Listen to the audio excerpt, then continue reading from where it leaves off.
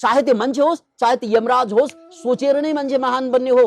अब सोचेपछि दिमागको एउटा खुबी के हो भने तपाईले जस्तो प्रश्न गर्नुभयो त्यस्तै जवाफ पस्कन्छ दिमागले। दुर्भाग्य मान्छेले प्रश्न नगरेर पो। मानव इतिहासकै सबभन्दा महान मूर्तिकारको प्रसंग, जसले मूर्ति बनाउँदा अहिले बोल्छ कि जस्तो, अहिले चल्छ कि जस्तो भान दिन सक्ने खालको मूर्ति बनाउँछ। र यो सिप, यो खुबी जसको कारण उनी सबैका प्रिय पात्र बने,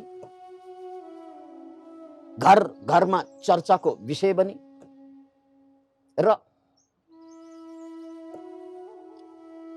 उनलाई उपहारहरू, उनलाई सहयोगहरू चारैतिरबाट बर्सिन थाल्छ। किनभने जसले आफ्नो क्वालिटी क्षमतालाई खोज्छ उसलाई सबैले खोज्छ। जसले पैसालाई खोज्छ ऊ जिन्दगीभर पैसै खोजेर सिद्धिन्छ। यो कलाकारले पैसा कहिले पनि खोजेन। उसले सिप खोजे, त्यसमा डुब्न र डुबेर आनन्दित हुन खोजे, नभन्दै उनलाई सबैले चिने। तर एउटा आयु त हुन्छ मान्छेको, सबैको, वस्तुको पनि, ब्रह्माण्डकै पनि आयु हुन्छ। कुनै दिन ब्रह्माण्ड पनि मर्छ, सकिन्छ। त्यसलाई प्रलय भनिन्छ, महाप्रलय।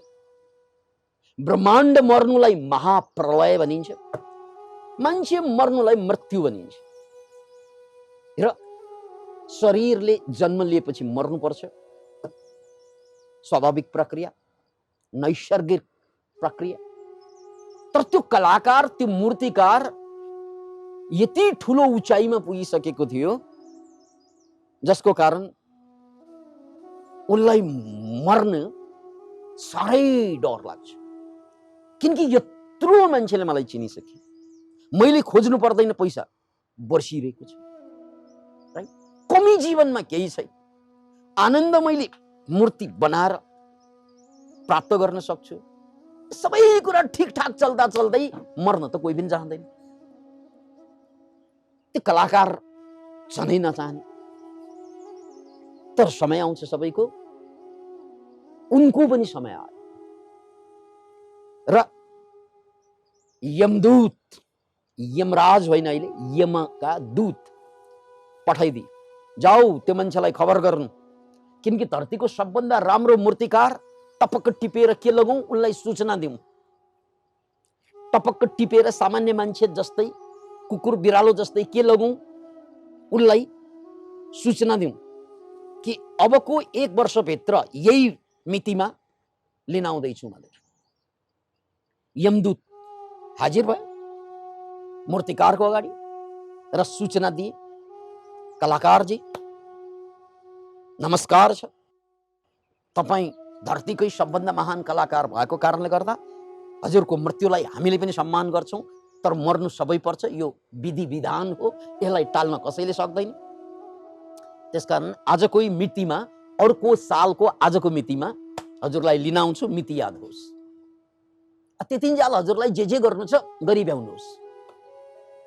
त्यसपछि थुरुरुरुरु काँपेछ कलाकार, किनकि मर्न कसलाई रहर हुन्छ र।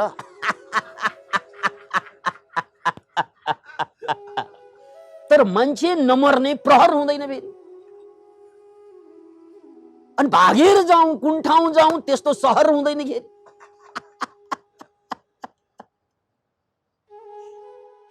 बडो सोचमा परे, बडो दुःख भयो। धेरै समयसम्म दुःख बिर्सिरहेको मान्छे थिए उनी। किन भन्नाले उनी मूर्तिमा डुब्दा डुब्दा मूर्ति कुँड्नु नै ध्यान बनाइसकेका थिए उनले।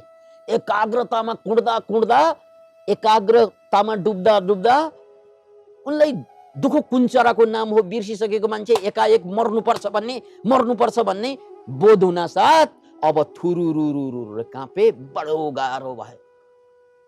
तर कलाकार चान्चुन मान्छे जो होइन, त्यसकारण उनी सोचमा परे, कसरी बच्न सकिएला त? कुनै उपाय त होला, किनकि मान्छेले देख्ने ढुङ्गामा म मूर्ति निकाल्न सक्ने, मान्छेले देख्ने ढुङ्गामा म भगवान बनाउन सक्ने। त्यसकारण सायद यो मृत्युलाई छल्ने कुनै उपाय पनि त होला। खूब सोचे।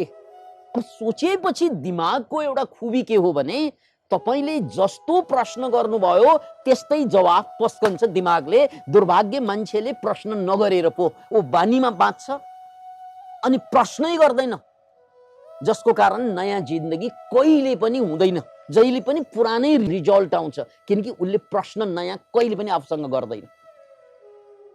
र प्रश्न गरेपछि यो दिमागले तपाईलाई निराश चाहिँ पार्दैन। प्रश्नै गर्ने हो भने दिमागले निराश पार्दैन। अतः यो कलाकारले प्रश्न के गरे भने, मैले यमराजलाई कसरी झुक्क्याउँ? यो प्रश्न थियो, दिमागलाई सोधेको।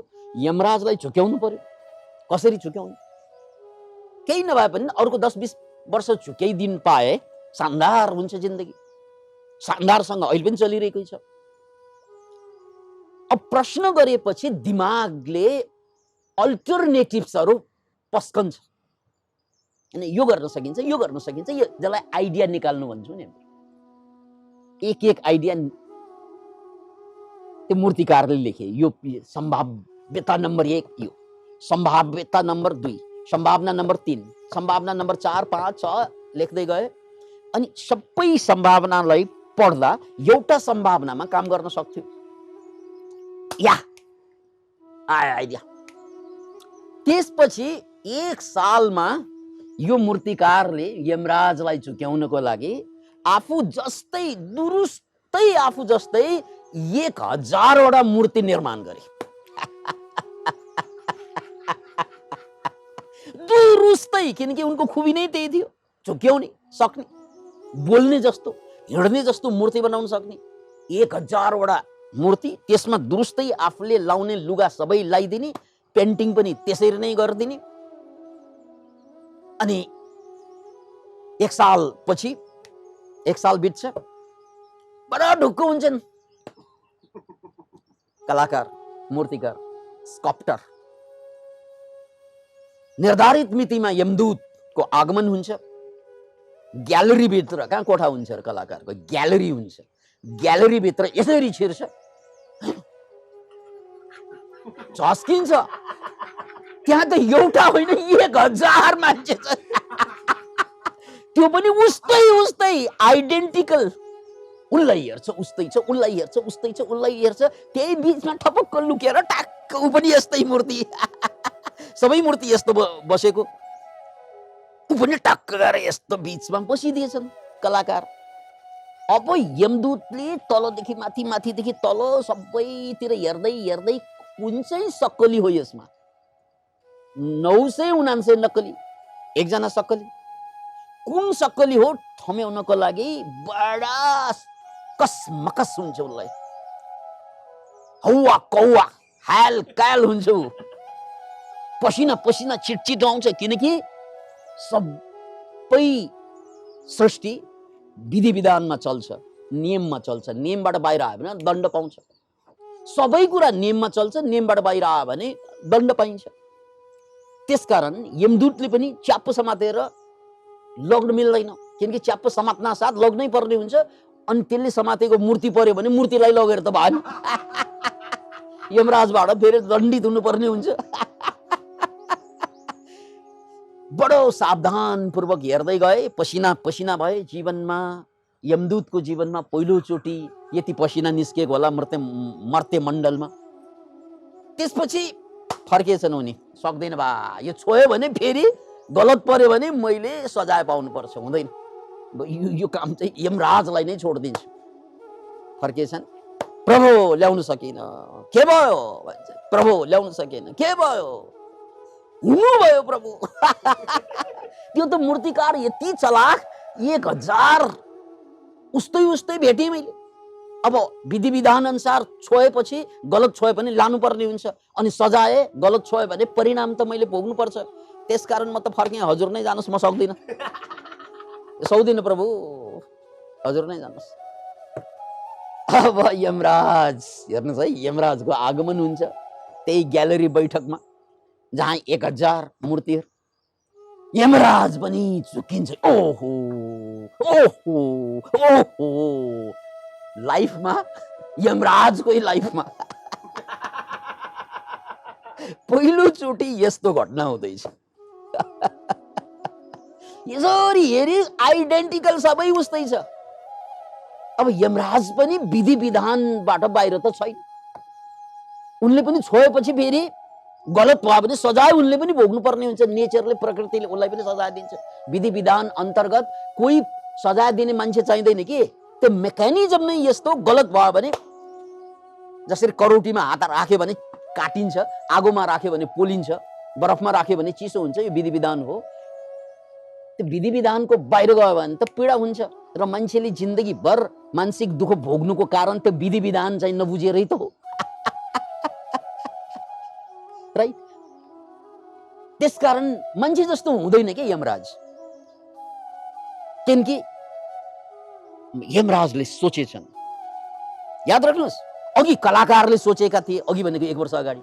अब यमराजले सोचेपछि जवाफ निस्कन्छ क्या, चाहे त्यो मान्छे होस् चाहे त्यो यमराज होस्। फेरि पनि याद राख्नुहोस्, चाहे त्यो मान्छे होस् चाहे त्यो यमराज होस्, सोचेर नै मान्छे महान बन्ने हो। यहाँ समस्या त नसोचेर पो। किनभने हाम्रो शिक्षा प्रणालीमा के छ, स्कुल जाऊ, कलेज जाऊ, घोकेर कण्ठस्थ गर, त्यसलाई लेख। सोच्ने केही चिज छ स्कुलमा, कलेजमा? फेरि पनि याद राख्नुहोस्, हामी सिक्न जान्छौँ, सिक्न पठाउँछौँ छोराछोरीलाई, उनीहरू केही पनि सिकेर आउँदैनन्, घोकेर आउँछन्। त्यसलाई हामी शिक्षा भन्छौँ। नो, फेरि पनि गल्ती नगर्नुहोस्। हामी स्कुल पठाउँछौँ, कलेज पठाउँछौँ, छोराछोरीले केही सिक्दैनन्, घोकेर आउँछन्, कण्ठस्थ गरेर आउँछन्। अनि कण्ठस्थ गर्नु भनेको सिक्नु होइन, कण्ठस्थ गर्नु भनेको क्रिएटिभ हुनु होइन। किनभने हामी केका लागि पैसा खर्च गर्दैछौँ? हाम्रा छोराछोरीलाई मूर्ख बनाउनको लागि पैसा खर्च स्कुल कलेजमा, त्यो हाम्रो बाध्यता हो। त्यो तपाईँहरूको मात्र बाध्यता होइन, विकासानन्दको पनि बाध्यता हो। छोराछोरी जन्माएपछि त्यो मूर्खतापूर्ण प्रणालीभित्र छिर्छ। तर यति मात्रै, यो मूर्खतापूर्ण प्रणाली हो भनेर छिर्दाखेरि नम्बर कति ल्याउँछ त्यो मतलब हुँदैन। होइन, यो मूर्खतापूर्ण प्रणाली नै सत्य हो भनेर बुझेपछि नम्बरको अभावमा आत्महत्या गर्दैछन् मान्छे। त्यति होइन र? त्यसकारण सच्चाइ यो हो कि स्कुल कलेजबाट केही सिक्दैनौँ, हामीहरू भोग्छौँ।